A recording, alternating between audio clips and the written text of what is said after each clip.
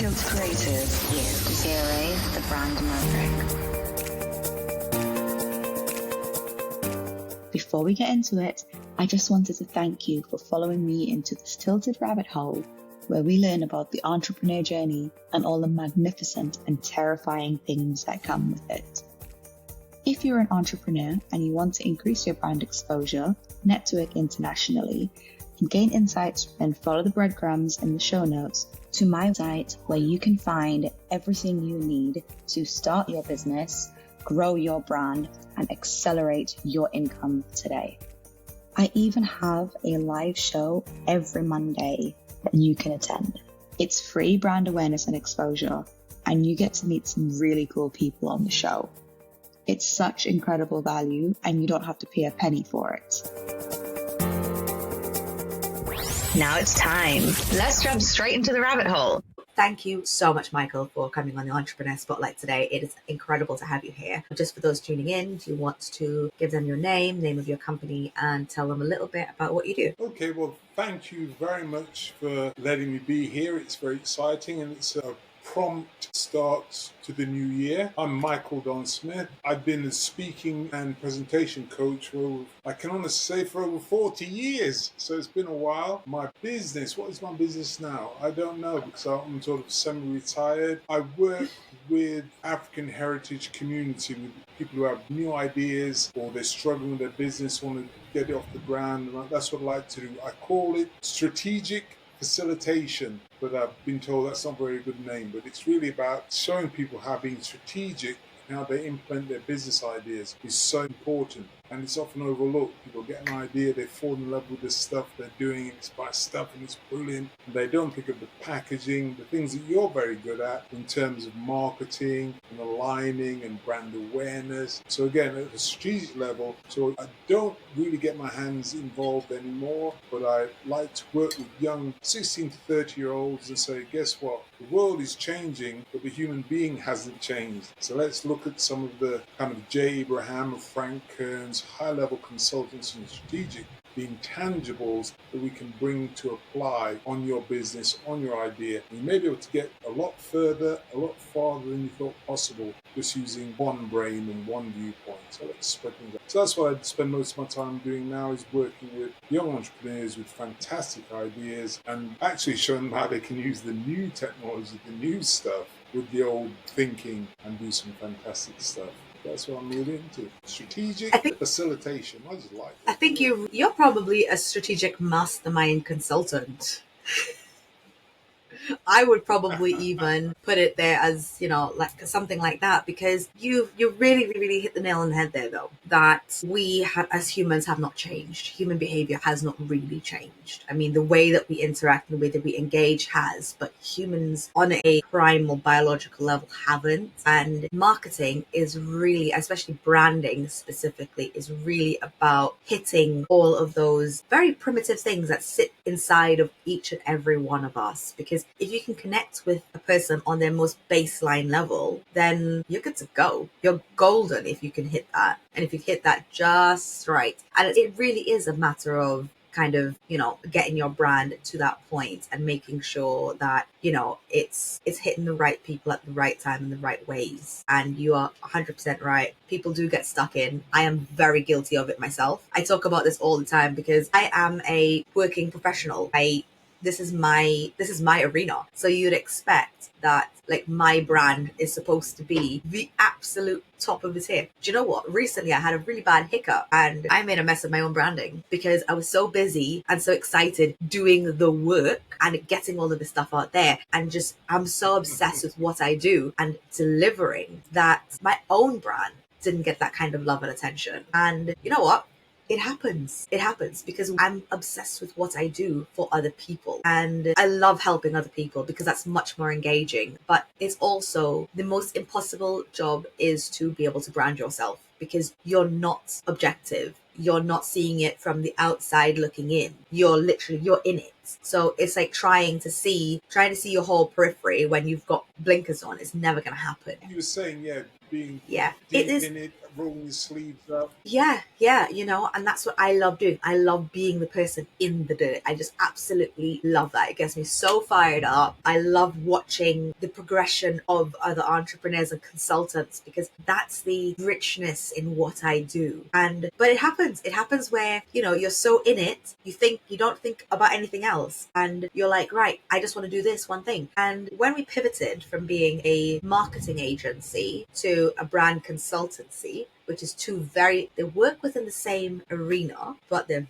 very different things. So obviously the branding that I had before was really fun and vibrant and very personal and very friendly and inviting. And, it was great. It worked really, really well as a creative marketing agency. The first time in over a decade, I've pivoted. So this is the first time. It's almost like I've got a brand new company. This is all of this stuff is almost like brand new to me. So I'm doing what I do for clients and what my clients do as well. So I'm in the trenches for myself. I'm like, right, cool. So I've got to figure out a pricing scheme. That's the first time in ages I've had to think about pricing myself. Like, okay, how do I price this? Who do I want to serve? And it's, for me, going through that process very recently, I now understand why clients absolutely hate the branding process, because it strips you apart. Because you've got to look at so many different things there's so many brand experts out there that do excellent work, but until you've actually had to go through that your own process yourself, you don't get it. Now I've done it. I'm like, right, cool. I get this. I was a hot mess. It was awful. It was awful. It wasn't as bad as I think it was, but when I look at it, I'm like, oh my God, Des, what on earth were you thinking? Like, this should have been number one on your list. But it happens. You get busy in the work. You get busy trying to set up the accounts and the new software like this one that we're doing today. You get so busy in all of this stuff, all of this new exciting stuff, because I've got ADHD as well. So everything new and shiny is like, and then I look at the brand and I'm like, that's stressful. Let's just do that one later. And, I said, all right, I'll do it when I settle down. And then I did kind of settle, and then it just didn't happen. And I was just like, avoidance. It happens. And I am a brand expert and I do it myself. And I'm saying this publicly because I want entrepreneurs and consultants and everybody, business owners everywhere in the world, just like me, who face these issues on a day-to-day basis. You are not alone. Because if the pros can face these issues as well, you're all right.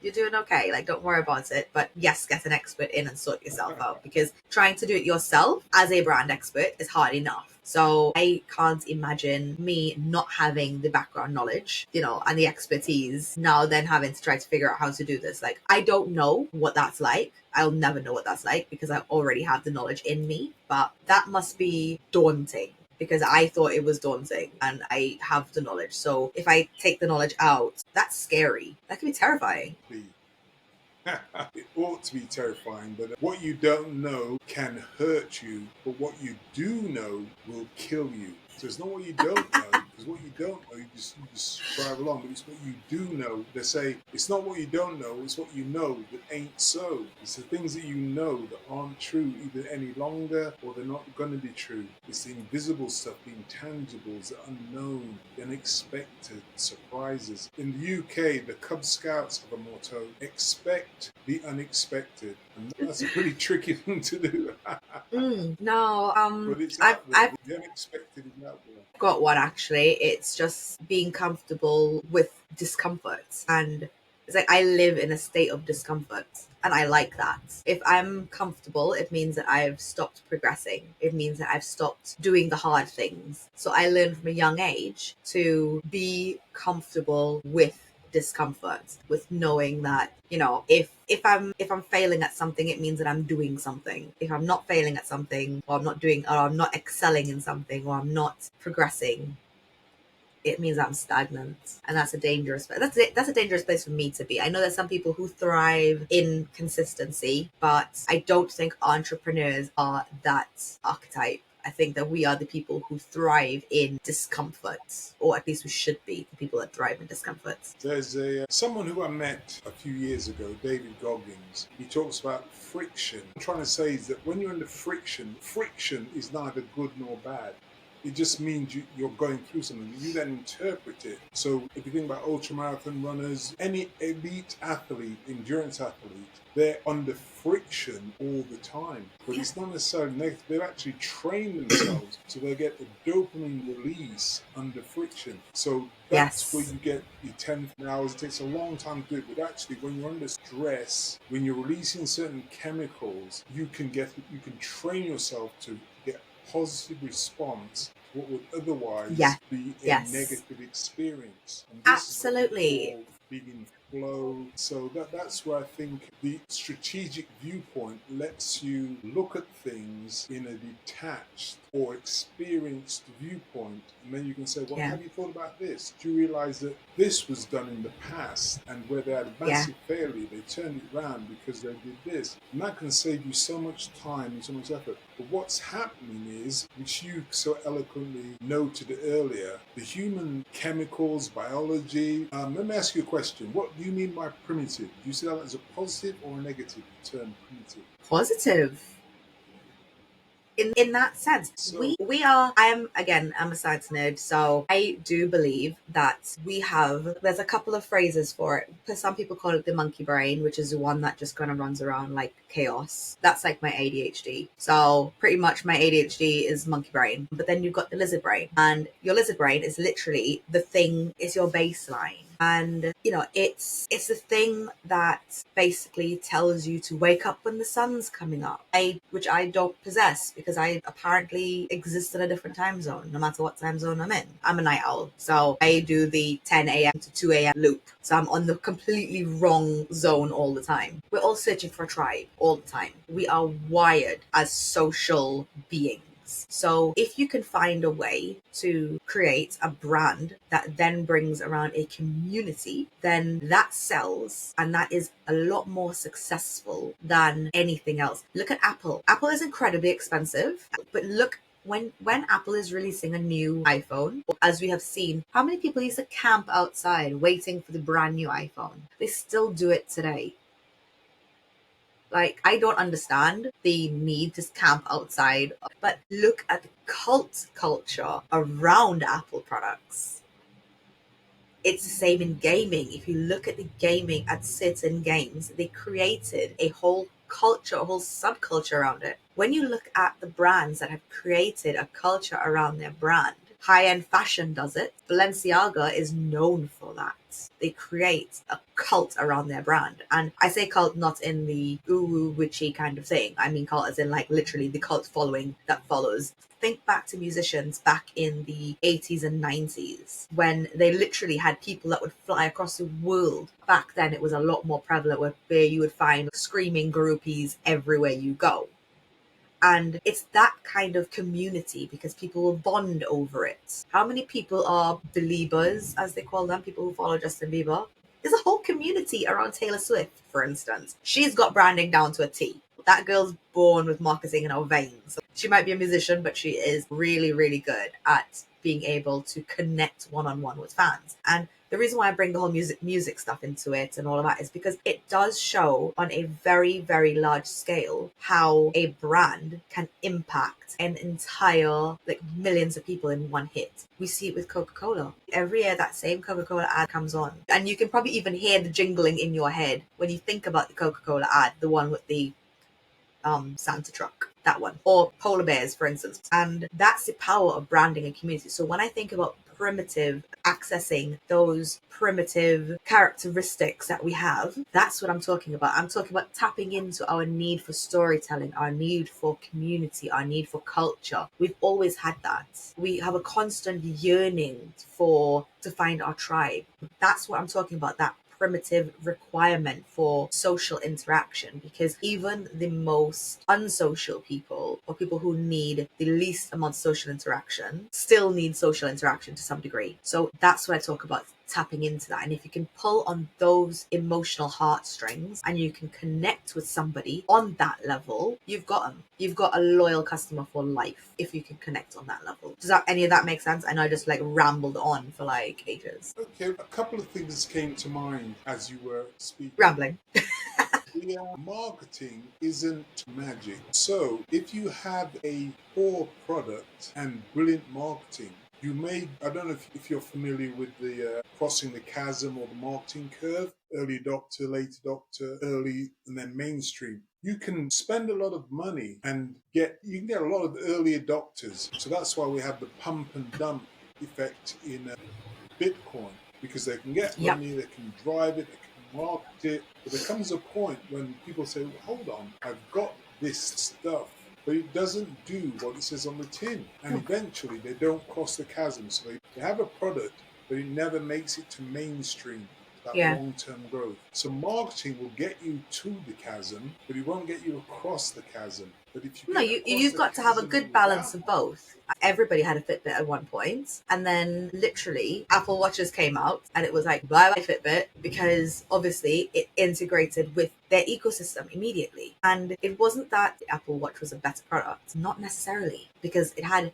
way worse battery life, still has. It does more things, yes. But when you break it down, other than receive phone calls and being able to customize your home screen, you can read your heart rate, which you can do on a Fitbit anyway. You can count your steps, which you can do on a Fitbit anyway. There's not a whole lot else. Notifications, which is what you use your Apple Watch for, there's not a whole lot else that unless you've got the cellular version, which then you can leave your phone at home. But for the everyday user, not the super users, there isn't really that much of a difference between an Apple Watch and a Fitbit, but yet still people buy Apple Watches. And it's a good product, but it's not a great one. So you've got great marketing and great products, and you've also got the cult following to go with it. But then you've got a good product with great marketing that has pretty much been crushed in an open market. Where would you start then as an entrepreneur, as a business person? Where would you start, with the marketing plan or with the product plan? Start with brand. I've always said it. Or with the brand? You start with the brand. I start with brand. So for instance, I build the product around the consumer. So that's why when I gave you that example earlier about my brand being a mess, it really was because I was so in the product trying to fit it around the consumer. I completely forgot about the brand part of it because I was so focused on the thing. Most of my clientele usually come in, they've already got something. So it's more of a rebrand than this is brand new. Even the startups that I end up working with, it's because they've already got something, they've already got a service there, and now it needs to be branded, or a product needs to be branded. But even if you don't even have, you've just got an idea. So I want to do email marketing as a service, right? But I need to now figure out, so with email marketing, you're going up against loads and loads of like massive competitors, companies like Intuit, for instance, who now owns MailChimp. So what can you do that they can't do? You can connect with people one-on-one. You can provide a very, very intimate service, because that's the gap. So you've got an idea of what it is that you want to do, but rather than building out the product and building out the brand, you think about the consumer bit first and how it relates to the consumer, and that is brand. How you communicate to your consumer is your brand. How you interact with your consumer is your brand. So for instance, if I wanted to build this, I want to build a new email marketing campaign, call it, I don't know, space mail, right? I want to do something different. I've got this technical knowledge, but how do I brand this? I would tweak it and go, right, how can we do the one thing that those big boys can't do? They can't have one-on-one intimate interaction. They can't do any of the things that small businesses can do because they don't have the manpower to do it. They don't. They can hire it, but it'll be very expensive. When was the last time you got a phone call from any of the big software companies that you actually work with? You didn't. Who picks up the phone and goes, how's your day going? How's this going? That very intimate kind of customer relations, that's where you pivot it. So it might be high end. It will be more expensive per customer, but the service that you get, that's where you pivot it for the service. You pivot it for the consumer, and that is your brand, because your brand will be based on the fact that you are providing a much more intimate service than any other software provider. And there's some people that will pay for that because they'll actually scratch that. There are a lot of people that will pay for that. And the reason being is most of us don't really understand how a lot of this technology works. I would rather pay somebody else to do the thing rather than me try to save money and learn it myself. So that would be the demographic that you're looking at as well. And All of that came from, I want to do email marketing. This tiny little thing. All you want to do is email marketing, but you have to then figure out your competition and where their gaps are and how you can pivot that and turn that into your advantage while building a brand around it and a community. That's the beauty of brand. I'm a little bit squeezed for time, but I just if I could leave you with a little thought, a story that you may want to play back. I don't know. But do you know Toyota? I'm in Yes. the UK, Birmingham, and one of the largest Toyota factories is in Derby. It's in motorway. It's in back and beyond. It's one of the earliest ones there. And the Japanese owners of Toyota, I think Toyota's Japanese, isn't it? It's not Chinese. Yes. Japanese. So Yes. 5 of the top executives of Toyota came to the UK. These are huge international people that came to the UK, to the factory, and they're all getting very excited. And they're at the boardroom there, and the managing director was there, and all the people, and they saw these executives who were very polite, Japanese food and that. And the main guy of the Toyota delegation said to the UK managers, tell us what your problems are. And they went, being UK, oh, we've got no problems, we've got this car production, we're brilliant, we've done this, it's fantastic. And he was very polite, they carried on. And a little bit later, he got one of the managers to the side and said to me, let me know what problems you're having with the Toyota. He said, no, it's brilliant, we've got the best cars, the sales are up, faults are down, it's absolutely brilliant.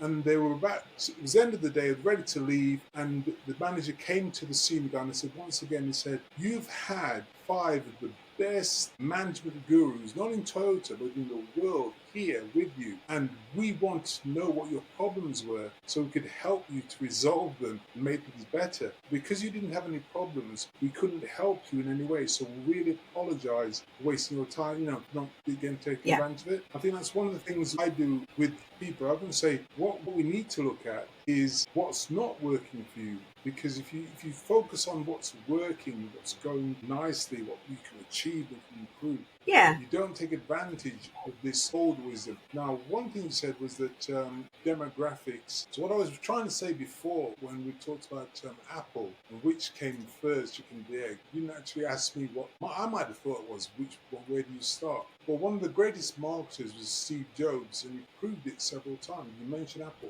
Well, Steve Jobs' genius wasn't marketing. What was it then? Steve Jobs, although he was a brilliant marketer, his genius was to spot how he could move a product from one place to another place. To another. And identify how it didn't exist before, how we could create a new market. Now, one of the first major product for Apple was the iPod. iPod, yeah. No, well, let's leave that for me. Let's go way back to the Apple Macintosh. Now, Steve Jobs, as a young nobody, he was an engineer. No, he was a marketing guy, and he got on a trip to Skunkworks. Now, Skunkworks is I forgot which company it is, but they really get brilliant scientists, brilliant engineers. And they say, you know what, we're going to pay you £100 a year, and we're just going to put you in a room, and you're just going to make stuff. It doesn't have to be viable, it doesn't have to be marketable, it doesn't have to work. We're just going to put you brilliant geniuses in a room, because we know if you put loads of genius in a room and give them that, they'll come up with some brilliant stuff. And so Steve Jobs went to Skunkworks, got it, and they had on the side, they had this box. It was just a box with a screen on it, like a TV. So what's that TV? There it is. It's not TV, it's a computer. It's a computer, but it's got no wires coming out of it. No, there's no keyboard. It's got this thing we call a mouse. What's a mouse? Well, it interacts with the computer, with the mouse. And nobody had seen this brand new. And Steve Jobs, and he was able to spot it. Because it didn't exist, there was no market for it. And he identified and created a market with creatives, with artists. He did the same thing with you may not even remember this word, but there was a thing called what's the word for it? I can't even say it. Anyway, it was a disk drive. Basically, it's a USB stick. It was the very first USB sticks, and the only people that used USB sticks to put music on were geeks, nerds. And they talked to a nerd, and he said, well, I've got 2 songs on this stick. But wow, no, I've got people had albums and cassettes. And Steve Jobs again looked at it and he said, you know what we're going to do? We're going to spend our money to turn this USB stick into an iPod. And they had Ferrari designers, Porsche designers, Westinghouse for the software. Apple did the software, Westinghouse did the hard drive. So it's been able to look at something and say, okay, let me take it from there, put it there, and we'll create a new market. And that was his genius. That's why I was able to make NEXUS computers. So the thing that allows what's happening now with AI is you can very, very quickly, if you have the Steve Jobs vision, if you have that vision, say, you know, look at that. What would happen if I took that from the Asian market, European market? So the rough edges, the costs of redesigning something for a new application, that's just one example. So when you step away from it, just step completely away and say, okay, let's put this somewhere absolutely differently. Just move away. You can listen to this podcast and many more on tiltnexus.com, which is our free platform for entrepreneurs across the world. See you on the Nexus.